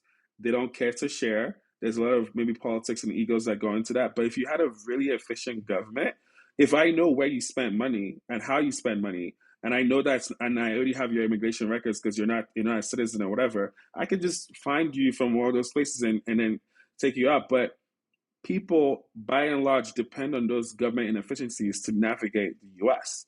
or to even navigate other countries, right? And so the question then is again the question about like how you feel about immigration and all those types of nuances. I was just thinking about it in that framework of sometimes you do want government to be inefficient a little bit and not too efficient, because if it's too efficient, you might really not like a super efficient government, right? And again, I think this is like a philosophical debate thing, because on the flip side of it, if it was super efficient, then transparency would be at its core at every time. And so if you as a community decided that transparency was better than privacy, because sometimes there could be a tug of war between those two things. And if you said, you know what, despite all of it, we would rather be transparent and then let privacy maybe come second. That's a decision that you can make as a community together, right? And if you abide by those laws, then you can put that in a contract and then live by it, no matter what. Because then you wouldn't have any holes for corruption, or when politicians steal money and then they hide it over here or do this or do that. If transparency becomes your core value, despite no matter what, then a society can agree to those sort of principles and abide by them. Yeah, I mean, if you define transparency as the ability to track everything that your population does, right? This is what Yeah. most dystopian novels are about. If you read Mm. 1984 from Orwell, or if you Yeah. read Brave New World from Huxley, they're all based on Yeah. this total transparency or total control, right? Like Orwell with the Big Brother.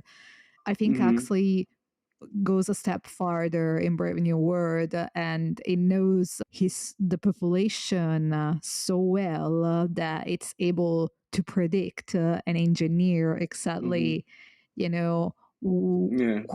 you should become, right? Mm-hmm. So there is certainly like some good thoughts, some good intuitions But there. I do but what do you think? I do agree. I do believe that a community could agree to which of those values they believe take priority, right? So, for example, I would say like when we think about it from an African or Afropolitan context, we've not had transparency and accountability for so long that those have to be the some of the core values that govern us, because it's like how do you make sure that we're just not repeating the same mistakes as what our nation states have gone through. So transparency and accountability have to be very core values, right? But then I think the part of why we chose even that Alexander Hamilton quote was you still have the ability to reflect and then choose. So if you've chosen a path where you might have had the best intentions, and maybe after some time you realize that that might not be the best path for you, you should be able to reflect and then choose differently. And I think that is what in a lot of nation states and even in a lot of society is missing a lot of the times where you make laws. If those laws are not as effective anymore, you change them, you repeal them. I don't see why you like what's stopping us from doing that versus and I think that's how society should govern. Laws should reflect your living everyday reality. It's not something that was created 200 years ago and it does not reflect your reality today and you still feel like you have to abide by it just because it was created that long ago. I think laws should be living and breathing and reflective of the current states of things. And if you do need to change them, a consensus should be reach and then those changes made. Yeah, I mean, it's difficult as the system grows and it becomes more Mm-hmm. complex, so you build Yeah. more rules and regulations to preserve the Mm-hmm. system, right? And you make it Yeah. increasingly more difficult to change things. And on one side, this is can be done on purpose for the good, right? You don't want like a despot, Mm-hmm. a dictator Yeah. rising to power and makes or like a very conservative party even like let's leave like dictatorship, right? For example, you don't want a Mm-hmm. very conservative party to come to power and make it easy like Mm-hmm. this for them to change things, right? You want Of to course. preserve like some degree of inefficiency, right? But at the same time, when the system becomes too polluted and too polarized also, to guarantee change, this is where I agree with you that the nation state, the concept of nation state Mm-hmm. as we know it, it's maybe Yeah. coming to an end. And now we're seeing Yeah. two different forces. On one side, we're seeing this, you know, force towards pushing towards the center, right? So Mm-hmm. Mm-hmm. creative massive superpowers, a nation that aggregates closer to each other, like the European Union, for example. It's a bunch of separate states. Mm-hmm. They are trying Mm-hmm. to Mm-hmm. find a common ground together because standing alone they have no chance of influencing Mm-hmm. international politics, right? Mm-hmm. Mm-hmm. And then instead you have other forces that goes towards the periphery, the edges. So you have Yeah. groups inside different Mm-hmm. states trying to you know like like claim their own independence and finding their own Mm-hmm. voice, right? Here in Europe Mm-hmm. we have a bunch, like in Ireland, in Spain, that even organize themselves into terroristic groups, to claim their own Mm-hmm. independence. So you have all these, and all of these, I feel it's because we lost the ability to think of states as not just Mm-hmm. government governing bodies, but like Mm-hmm. actor of change, like they Yeah. can they have a Yeah. design in mind, they have like a vision of how the world should Mm-hmm. be, and then they try to Yeah. portray this vision, Execute. yeah, to execute Exactly. it. Exactly. I have one last question, sorry for this rant. I have one last question, Mm-hmm. Eche, because you're Mm-hmm. building a nation, you're building a product, Mm-hmm. and you have built a community also around it. Mm-hmm. So Mm-hmm. Mm-hmm. if you take a step back, and you're looking to all those things that you're building, right? Mm-hmm. Mm-hmm. What are the differences and the main parallels that you can find between building products versus building a community and a nation to go with it? And why building a community is so fundamental today? Mm-hmm. Yeah, I think the tech used to be you would always have a moat with the tech. Like when Apple came out, right? There was nothing that we had seen like an iPhone before. When the Facebooks or the MySpaces back then, social media was so new. I think after 10 plus years of having access to that tech, what you then realize is we've been sort of over teched out. We've been over advertised to. There's been like a lot of us now can spot the fakes from the real, or like at least some of us. Like when you interact with tech now, you have much more of a maturity because you know what to expect because you've used it for almost 10 plus years now. So there's much more of an intuitive grasp. And but when I think about community, community is and it's just a simple definition is like you're part of a community if within that community people have concern for each other's welfare, right? That's just a simple like definition. It doesn't need to be any grandiose idea. It's like in your community, do you have concern over each other's welfare? And that welfare can be from mental to physical to social to financial, right? Like how do you care for each other from that perspective? And I think community is also emotional bonds over time. You can't code community, right? Like you can't just go on your laptop and put some code up on GitHub and then you have a community. No, it's about relationships, it's about compounding, right? It's about how long have we known each other, how much do we trust each other, how can we grow together for a common alternative. But I think when it comes to being a tech product, you're always trying to solve for inefficiencies. You're always trying to solve for iterate, right? Like when you notice a bug, you try to fix that bug, right? And you try to make sure that those bugs are not features, they're just bugs, right? And I think in community, you also want a similar thing, but you also have to be fine with certain bugs because those bugs actually can add value to the overall nation. So, for example, when you think about what makes the nation, it's not just a nation of founders or a nation of technologists. You have to understand to have a well rounded nation, you need to have philosophers, you need to have artists, you have to have creatives. And I think sometimes in Silicon Valley, there's this whole thing of, oh yeah, just build a community of founders and everybody who's looking to build something, just a community of builders. It's like, no, you also need a community of singers, it's a community of poets, you need a community of people who do other things that are not necessarily in tech, because when you have a holistic society, they each add value to each other. And going back to what you said of when you're now moving from an abundant state, the goal isn't to like be the most efficient robot possible. It's to unlock the beauty in each of us to be much more creative, right? And I think all of us have the potential to be creative, but if we spend most of our time doing things that take away from that, you're not able to achieve those things, right? Very few of us are able to reach that zenith of creativity where you're like, look, this mattered, and this was the art I get to show to the world, right? Like it's your baby, right? You grow it. And I think even as we've built this product, and we've guided it, it's like there's a special pride you have when you because when you and I first spoke, I said, Sarah, like I just literally showed you a Figma, right? And I think a couple of months later, I can now show you the finished product. There's a special feeling that unlocks with you, even if nobody gets to use your product, just knowing you started something and you finished it, it's already a builder mindset. And I think every society needs to know what that feels like, whether it's from a if you want to sing a song or if you want to create a piece of art. Like it should be a holistic sort of society. I don't believe it should be just one where you just have only founders or only technologists or only people who are technical.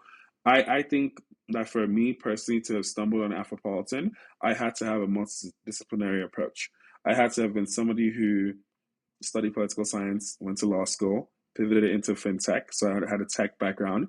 But despite all that, I was also in entertainment. So I was able to do the parties, the concerts, the festivals. And so what it did was it gave me a framework of how to navigate the world and understand different nuances. And I feel much more richer internally for that because I'm able to work into different rooms.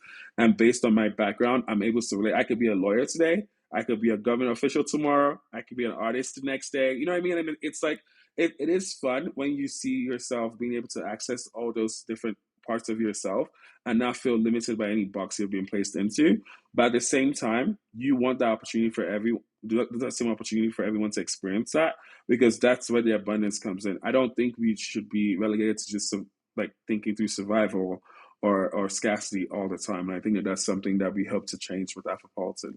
Eche, I I really would like to thank you, for this very long interview. Is there a yeah, we went massively over time, I think. Is there a final thought or something that I didn't ask you, but that you think it's important to cover before we wrap up? I think we covered a little bit about this, but I think when Balaji said because the brand new is unthinkable, we fight over the old.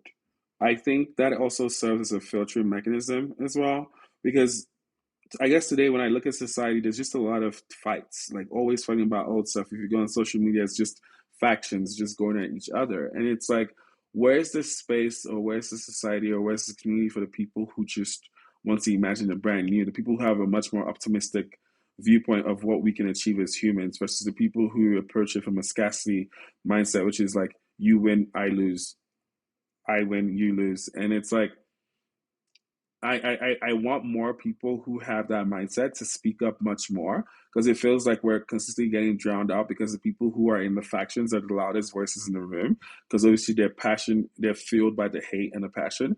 It's not to say that I've never felt hate or whatever, but I try to be sort of productive with like and channel it into a much more like optimistic approach because I mean, at the end of the day, we're really all like, we're just humans and we're only here for a limited time. So why not actually imagine the brand new and go through the unthinkable versus sitting down, wasting our time fighting about old stuff and not really progressing as we go. So I think that that's something, that's one last thought. And I think when I think about Afropolitan and the sort of people we're looking to attract, if you're on that mindset, if you've read Naval's book, you identify with those principles, you believe in skin in the game, and you want to see something different, then you should definitely join us in accomplishing this mission. Eche, I've been pondering. I'm very glad that you say this because I've been pondering this quote, which I don't remember who said Mm-hmm. it, but it kind of stuck with me that despair is just lack of imagination, Mm. And it kind of, yeah, I've been pondering about it for a while, So this really, I love that quote. yeah. So I really, love that quote. what you just say really brings it home a little bit farther. I really want Yeah. to thank you so much, for really answering all my questions. I have more, but maybe I leave the rest for a part two. Maybe Thank when we you. go to the next phase of the Afropolitan Mm-hmm. journey. And Okay. we will leave all your contacts and where people can learn more about Afropolitan, as well as the Yeah. resources that we mentioned in the show Okay. notes. And with that being said, again, thank you so much. And for listeners, Thank you. we'll see you at the next episode. Bye. That's all from today's episode. Thank you so much for watching or listening. If you find this episode valuable, you can subscribe to our YouTube channel or to the Polyweb podcast on Spotify, Apple, or your favorite podcast app. It will be fantastic if you could leave us a rating, a review, or a comment, as this really helps other listeners find the show. All the resources mentioned in this episode will be linked in the description and in the show notes. See you on the next episode. And if you cannot wait until next week, you can watch this episode right here that relates to some of the things that we talk about in this episode. Bye.